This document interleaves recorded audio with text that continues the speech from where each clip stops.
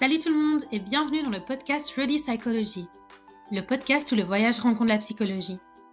Je m'appelle Pamela et vous l'aurez deviné, je suis une psychologue passionnée de voyage. Dans Ready Psychology, nous partons à la rencontre de voyageurs et de psychologues qui nous partagent leur récit d'aventure au travers des concepts de la psychologie.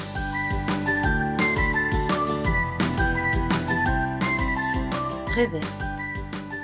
Voir. Imaginer quelque chose au cours de son sommeil. Laisser aller sa pensée, son imagination. Se représenter par l'imagination ce qu'on souhaite d'une manière plus ou moins chimérique. S'absorber dans la pensée d'une chose que l'on désire vivement. Rêver. De l'ancien français, des vers, perdre le sens. D'un gallo-romain, esvo, et latin tardif, ex vagus, vagabond. Du latin classique vagus, vague, divaguer. Du latin populaire, re exvadere, évader.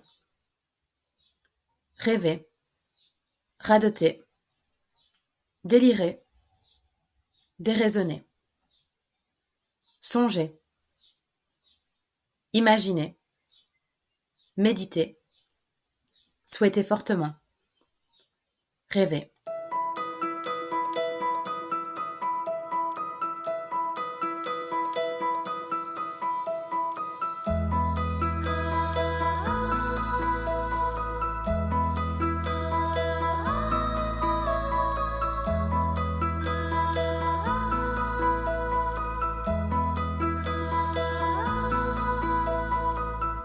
Suivre ses rêves, c'est à la fois excitant, mais aussi un peu stressant. C'est prendre le risque d'échouer, de ne pas réaliser ce rêve, et de devoir renoncer à cette idée qui nous comble de joie et qui nous fait nous sentir vivants. En ce sens, poursuivre ses rêves, c'est un peu sortir de sa zone de confort. Notre zone de confort, c'est notre petit cocon. C'est ce construit psychologique et émotionnel qui nous donne une certaine sensation de sécurité. Il s'agit de notre routine, du connu, du contrôlé, du non stressant. Sortir de cette zone n'est donc pas facile. Être dans la zone de confort n'est pas une mauvaise chose en soi. Au contraire, c'est grâce à cette sécurité que nous pouvons justement nous dépasser, car nous savons que nous pouvons toujours y retourner. Mais parfois, nous nous y plaisons un peu trop. En effet, sortir de sa zone de confort, c'est se confronter à l'inconnu, prendre des risques. C'est entrer dans la zone de peur. Très souvent, nous trouvons des excuses pour rester dans notre cocon. Nous envoyons un email plutôt que de téléphoner. Nous nous disons que ce n'est pas encore le bon moment, que nous attendons d'être vraiment prêts. Mais sortir de notre zone de confort, c'est nous ouvrir à de nouvelles possibilités. C'est découvrir des choses sur nous-mêmes que nous n'aurions pas découvertes autrement. Il ne s'agit pas d'essayer tout et n'importe quoi, mais plutôt de suivre des choses qui ont du sens pour nous, qui nous donnent vraiment envie. C'est se dire que même si on a peur, on désire tellement cette chose qu'on est prêt à prendre le risque d'échouer dans l'espoir d'atteindre notre but. C'est cette boule au ventre avant un grand voyage, cette excitation mêlée au stress. Ces zones, au-delà de la zone de peur, sont les zones d'apprentissage et de développement. Sortir de notre zone de confort nous permet de grandir. Que l'on réussit ou que l'on échoue, nous en apprenons sur nous, notre gestion du stress, les limites que l'on peut dépasser et celles qui doivent rester en place un peu plus longtemps. La zone d'apprentissage nous permet aussi de nous préparer pour des moments de stress imprévus. Cela nous permet de mieux faire face à l'adversité. Ensuite, se confronter à l'inconnu nous rend plus créatifs. Nous découvrons un monde nouveau et de nouvelles façons de faire les choses et devons nous aussi nous adapter. Puis, sortir de sa zone de confort renforce notre confiance en soi. Lorsque nous sommes capables de faire face à des situations qui nous effraient un peu, nous comprenons que nous sommes beaucoup plus forts que nous le pensons, ce qui renforce notre image de soi. Enfin, la zone de développement nous fait nous sentir vivants. nous apprend davantage profiter de la vie, nous donne du sens et nous pousse à réaliser nos rêves.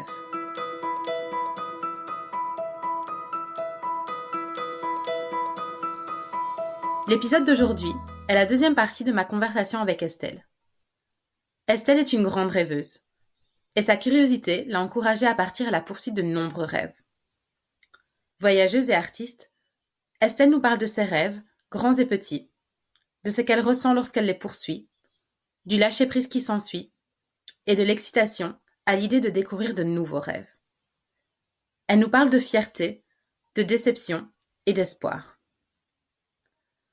J'espère que cet épisode vous plaira et qu'Estelle vous inspirera elle aussi à partir à la découverte de vos rêves, du plus petit au plus grand. Et si vous avez envie de la suivre dans ce projet, retrouvez-la sur Instagram @EstelleMusicBE. Et au fait, si vous avez manqué la première partie de notre conversation, allez vite écouter l'épisode 9. Alors, vous êtes prêts ? En route!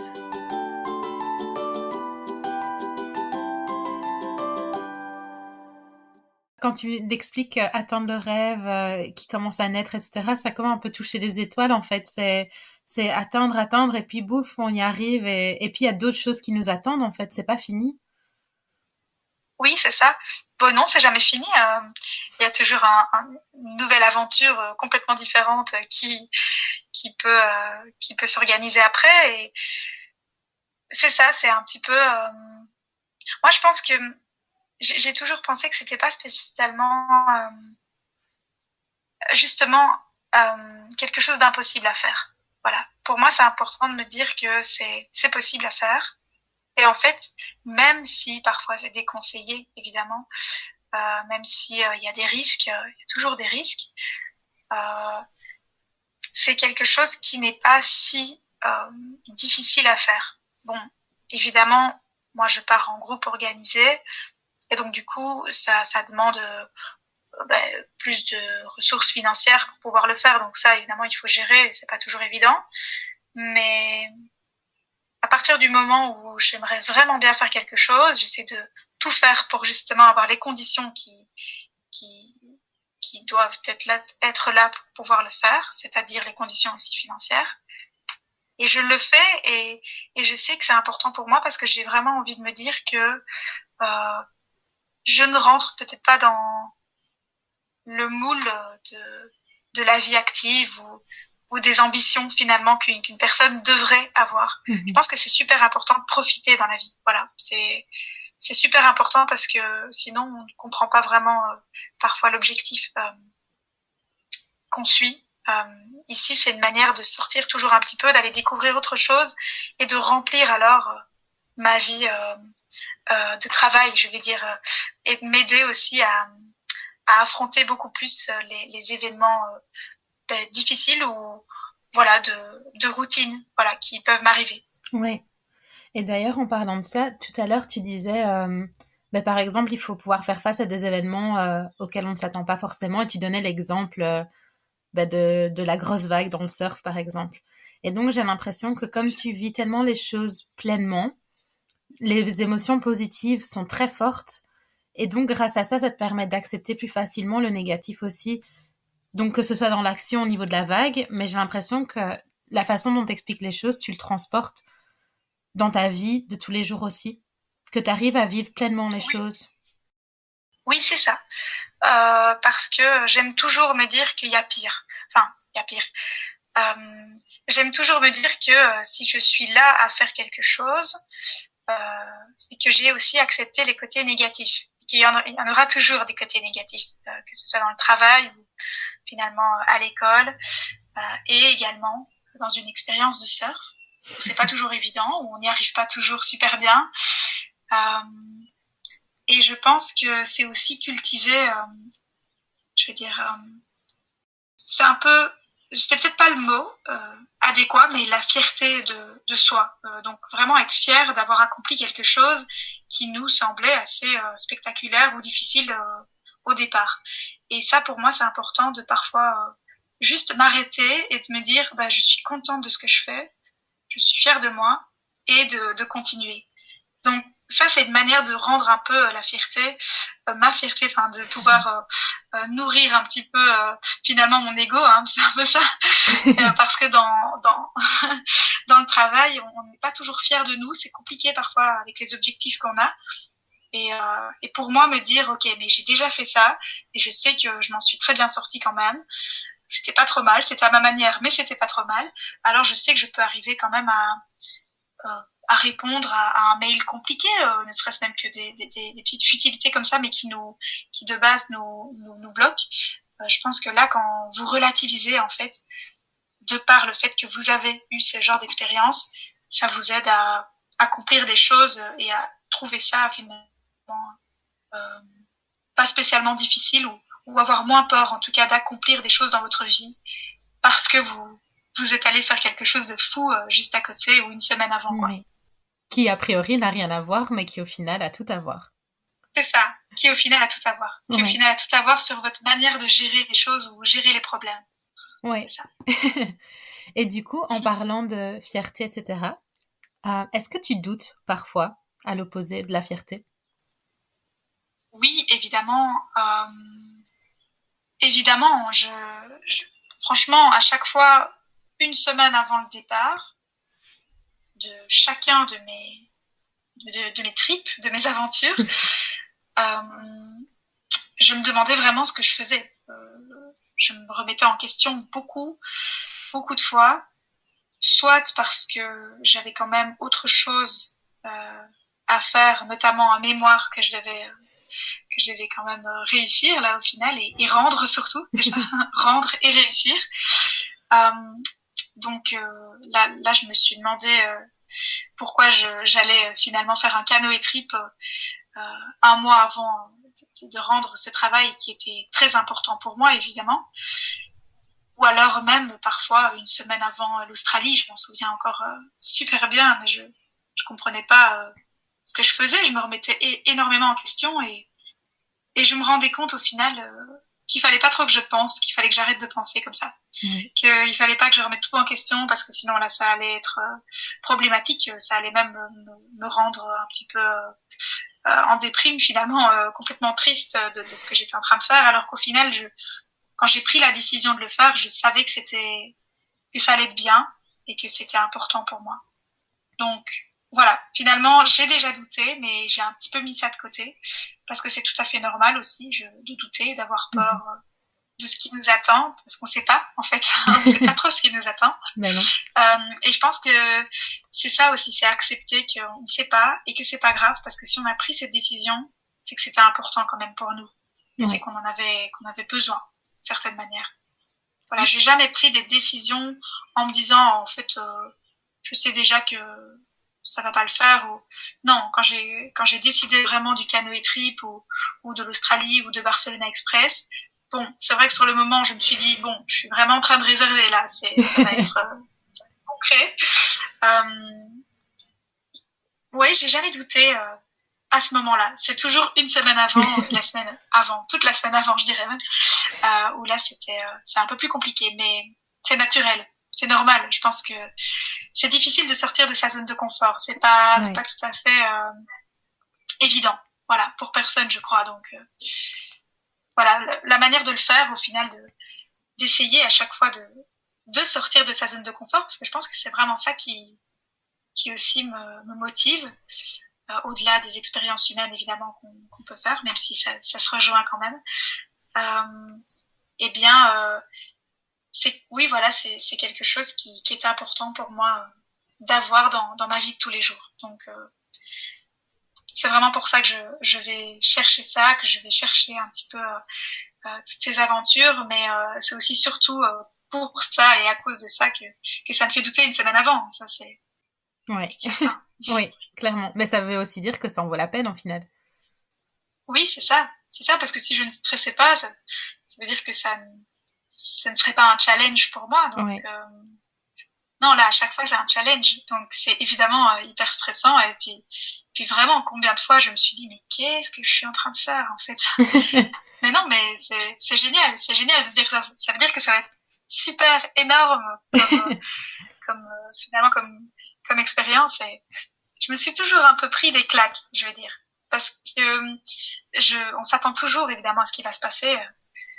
Mais dans des aventures comme celle-là, on sait vraiment pas ce qui va nous arriver et il se passe toujours autre chose. On ne saurait pas vraiment s'attendre à quelque chose de concret, si ce n'est que je vais réussir à être sur ma planche de surf, parce que j'en ai jamais fait. Donc voilà, ça c'était un peu l'objectif. Mais le reste, on ne sait pas du tout ce qui va nous arriver et c'est ça aussi qui est hyper jouissif, quoi. Oui, oui, clairement, clairement. Et du coup, quel est le défi que tu as surmonté dont tu es la plus fière? La plus fière. Ouais, parce que tu parlais de Ça, fierté. c'est difficile. Oui, c'est difficile parce que c'est vrai que il s'agit aussi de, encore une fois, comme tu le disais tout à l'heure, d'une expérience, voilà, de vie, que c'est un chemin de vie. Et moi, à 18 ans, j'aurais pas pu faire évidemment ce que j'ai fait ici à 24 ans, je pense. Et finalement, me relancer à repartir dans une famille d'accueil, j'étais complètement aussi apte à le faire à 18 ans. Mais là maintenant, je sais pas si je serais hyper capable de le faire aussi. Donc, je pense que ce sont des fiertés, mais qui viennent vraiment ponctuellement. C'est-à-dire que je suis super fière de ce que j'ai fait à 18 ans, comme je suis super fière de ce que j'ai fait à 24 ans. Mais j'aurais pas pu confondre aussi ces deux expériences. Je pense qu'elles étaient là au bon moment. Donc, je dirais que la fierté comme ça, c'était ma dernière expérience parce que c'est celle qui est la plus proche. Mais au final, je sais que c'est pas comparable, c'est pas possible parce que j'étais aussi super fière de moi quand je suis revenue d'Australie. Donc ou même quand j'étais en Australie, que j'étais intégrée en Australie. Donc ça c'est une fierté assez ponctuelle. Ça dépend vraiment de mon âge et de ce que je sais faire à ce moment-là ou de comment je pense à ce moment-là. Donc voilà, en fait j'ai l'impression que c'est pas une fierté qu'on peut comparer, mais c'est plutôt la fierté qui se redéfinit à chaque fois. Oui. Voilà. Une fierté qui s'intègre dans ton histoire au final.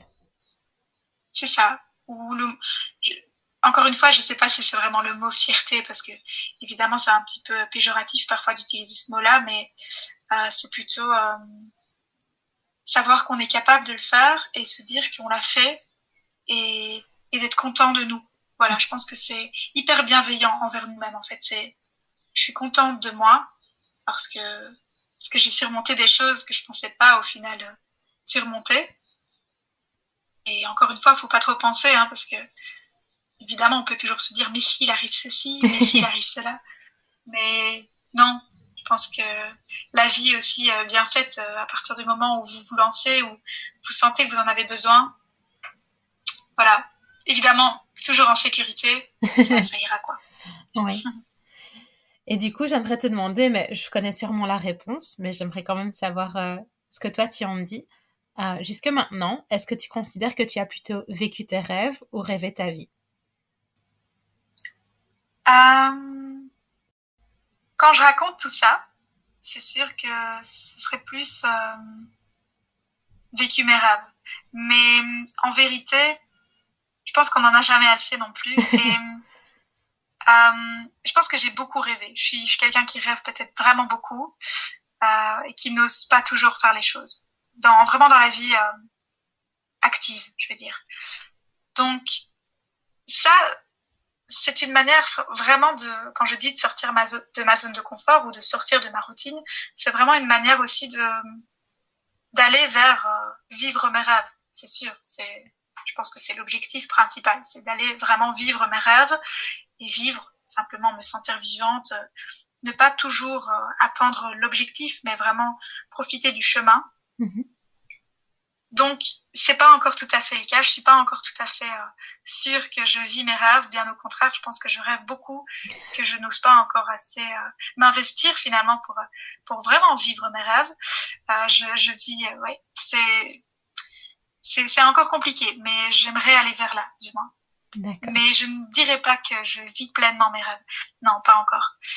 Je pense que j'ai encore beaucoup de chemin à faire et puis finalement, on n'est pas toujours pas capable, mais toujours apte à vivre complètement ses rêves. C'est difficile parce qu'il faut faire aussi avec ce qui est important de réaliser dans une vie. Juste travail et puis toutes les choses un petit peu obligatoires aussi qu'on est censé faire. Mais ouais, je pense que par la suite, ce serait l'idéal, ce serait de pouvoir vivre mes rêves tous les jours et c'est ce pourquoi je travaille ici au cours Florent, enfin que j'étudie au cours Florent. Ce serait pour me sentir là où je sens que je dois être et donc accomplir un rêve à peu près tous les jours. Oui. Ce serait un petit peu idyllique, mais pourquoi pas? Pourquoi pas, c'est vrai. Enfin, ouais. Mais un truc que tu as dit et que j'aime bien, c'est que tu as dit que tu ne vivais pas encore pleinement tes rêves, mais tu as dit encore. Donc, oui, c'est marrant, hein, parce qu'on a toujours ce réflexe de se dire c'est pas encore le cas, mais ça va être le cas, et quand ce sera le cas, je serai heureuse. C'est ça. Et je pense que ça, c'est quelque chose qu'il faut vraiment toujours remettre en question. Ça nous échappe, on le dit comme ça parce qu'on est habitué à accomplir des choses et à être heureux après avoir accompli ces choses.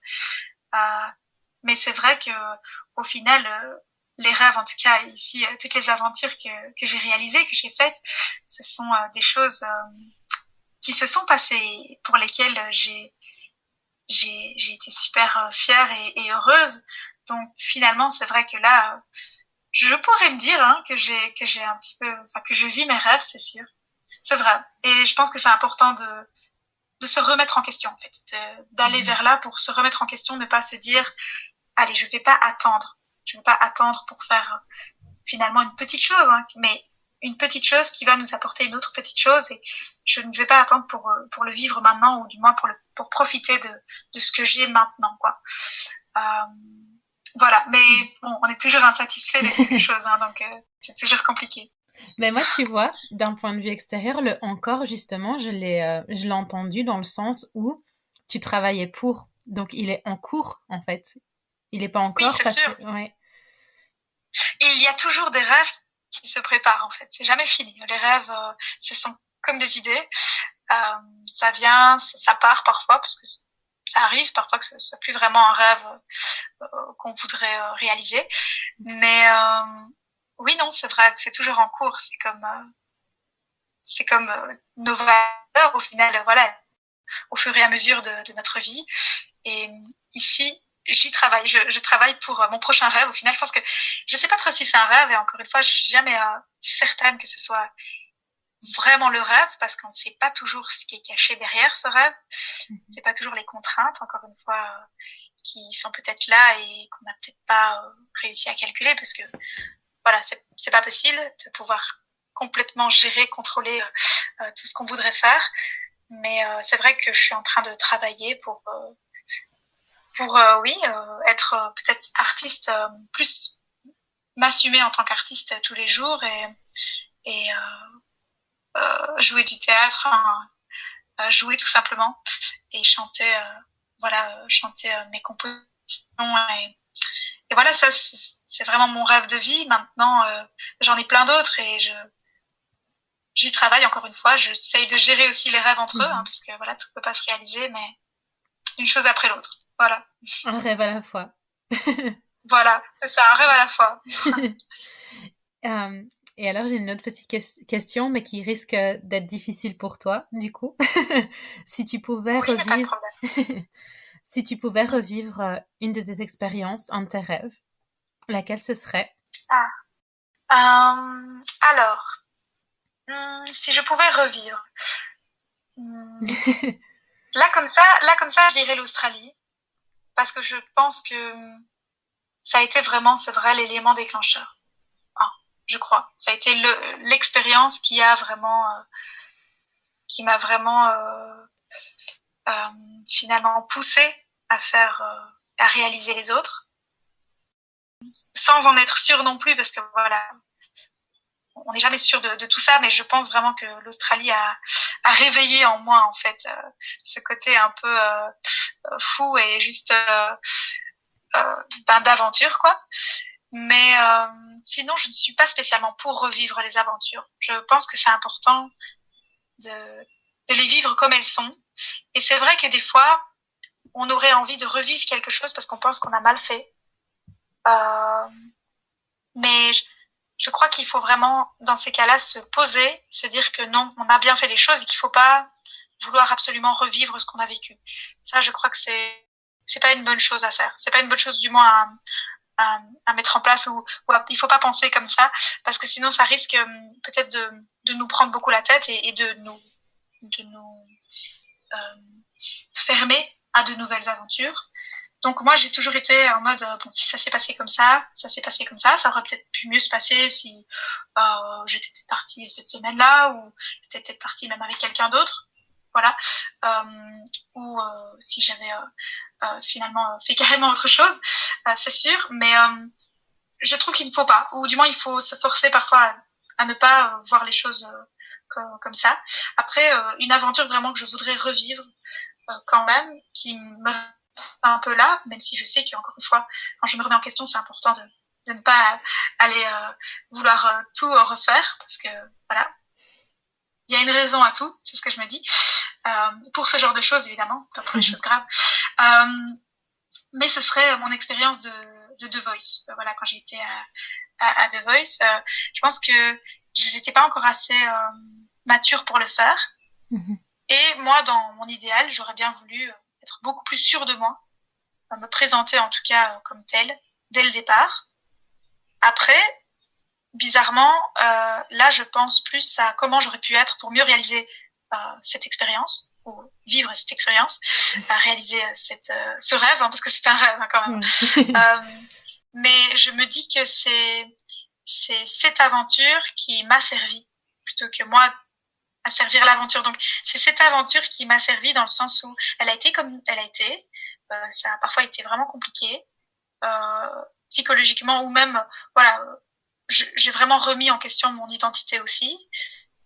Mais au final, je ne pense pas qu'une autre aventure m'aurait autant poussé à changer comme ça ou à me poser ces questions-là primordiales, je pense, à cet âge-là. Pour moi, c'était très important de pouvoir voilà, recalculer un petit peu mon itinéraire de vie.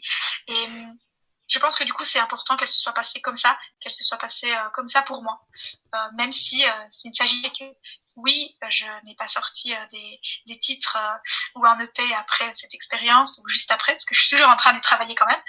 Mais oui, j'ai pas réussi finalement à combler les attentes du public, hein, ou même de mon entourage parfois qui me disait mais allez, il faut que tu composes, il faut que tu fasses des choses après, ou il faut que tu te fasses des contacts importants. Non, je pense que cette aventure m'a apporté humainement quand même s'il y a eu des côtés vraiment pas chouettes, mais voilà, j'ai rebondi là-dessus, et si elle n'avait pas été comme celle-là, enfin, si l'aventure n'avait pas été aussi intense comme elle l'a été d'un point de vue positif ou négatif, je n'aurais pas autant grandi aussi. Voilà, parfois pas de manière hyper agréable, mais je n'aurais pas grandi comme ça. Donc c'est pas plus mal au final. Quand les expériences se passent parfois bien ou pas bien, ou les deux, c'est pas plus mal, parce que ça veut dire qu'il y a quand même quelque chose à aller chercher là. Oui, oui. Peut-être qu'elle a été mise sur ton chemin au bon moment, au final. Au final, oui. Au final. Et du coup, maintenant, tu as commencé les cours Florent. Comment ça se passe pour toi? Ça se passe très bien. C'était quand même compliqué au début parce que c'est tout à fait différent de la vie que j'avais il y a 2 mois finalement. Oui. C'est récent. Hein. Au début, c'était compliqué parce que je me rendais compte que j'étais toute seule sur le coup. Dans mon cursus universitaire, je me sentais pas toute seule parce que c'est vrai que mes parents étaient quand même, voilà, surtout ma maman était fort derrière moi. C'était important aussi pour elle que je fasse ces études, et je les ai faites pour moi, bien sûr, mais pas que pour moi. Donc moi, voilà, quand je me suis lancée à faire l'université, je me suis pas dit que c'était que mon bonheur qui était là. Voilà, c'était aussi la manière de remplir un peu les devoirs que j'avais à faire, et de prendre ma vie en main comme mes parents l'entendaient. Ce qui est super important. Je pense que c'est vraiment très important. Maintenant, j'ai toujours dû aussi à côté assumer plutôt ce côté artiste, voilà, je en parlais tout à l'heure. Et c'est vrai qu'ici, c'est une sorte de libération de pouvoir être ici, mais c'est aussi compliqué parce que je dois assumer ça toute seule. Ouais. Dans le sens où si je me plante, c'est un peu toute seule. Je suis toute seule sur le coup. Donc ça a été compliqué au début d'accepter ça. Mais voilà, encore une fois, c'est une nouvelle expérience et je pense qu'on s'adapte à tout. Hein. Ouais. Se faire confiance, au final. Ouais, ton nouveau défi. C'est ça, c'est un peu mon nouveau défi. Sur du long terme, là, pour le coup. Oui, et sur de court terme, est-ce que tu as un autre défi en tête? Actuellement, pas spécialement, même si j'ai quelques idées. J'ai pas encore organisé ça parce que, voilà, l'horaire, là, c'est un petit peu compliqué. Mais oui, j'avais pensé à peut-être faire un trek en Islande. Wow. Voilà. Voilà. Ben là aussi, ce serait carrément sortir de ma zone de confort, hein, parce que faire ça, c'est quand même fort sportif et je pense tout à fait en être capable. Mais voilà, c'est en réflexion, je veux dire. J'ai pas encore décidé de le faire, mais pourquoi pas? Pourquoi pas? J'en ai jamais fait. Comme ça, j'en ai jamais fait. Donc voilà, ça va être intense. Ouais, ça peut être pas mal. Ouais, ça peut être bien, ça peut être bien. Oui. On verra bien. On verra bien. Mais voilà, j'en ai plein d'autres. Si je réfléchis un peu, évidemment, j'ai des idées. Hein. J'ai toujours voulu faire un saut en parachute, ça je l'ai pas encore fait. Venir me voir en Nouvelle-Zélande. Oui, bah oui, ça, quand même. Je vais le mettre dans le planning, ça c'est. Bon. Oui, complètement. Plus qu'à attendre les frontières. Oui, c'est ça. Ah oui, parce que là, il faut que la situation le permette, ça c'est sûr. Mais... Ouais. Voilà. Mais du coup, on arrive à ma dernière question. Qu'est-ce qui te rend, toi, extraordinaire? Je pense que... Oula, c'est une question... Qu'est-ce qui me rend, moi, extraordinaire? Je pense qu'au final, je me suis toujours trouvée assez impulsive, mais ou parfois excessive dans mes idées.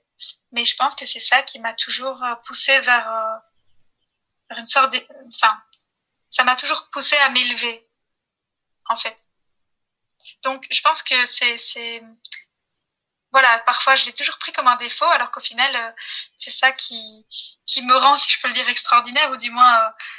on n'est jamais vraiment unique en son genre, mais je veux dire, là, ce serait ça. Ce serait le fait d'oser, parfois d'avoir un culot, même si je l'ai pas toujours. Hein. Mais je pense que c'est important d'avoir du culot. Et puis voilà, cette remise en question aussi. J'essaye beaucoup de travailler sur moi pour pouvoir être heureuse au final, parce que c'est hyper important, je crois, de se remettre parfois en question pour être heureux, même si ça peut également devenir un vice. Donc voilà, ce qui me rend extraordinaire, je dirais que c'est parfois les idées un peu folles que j'ai et qui me poussent à faire ce genre de choses et qui me poussent à vivre ma vie à fond, à vivre mes rêves. À vivre tes rêves. Des jolis derniers mots, des jolis mots de sagesse pour finir l'épisode. C'est ça. Bon, mais du coup, merci beaucoup encore. Avec plaisir. Avec plaisir, c'était une chouette interview et bien j'espère qu'on pourra reparler de ça évidemment en Nouvelle-Zélande. Mais oui. Bientôt, le plus tôt possible, ce serait l'idéal. Espérons.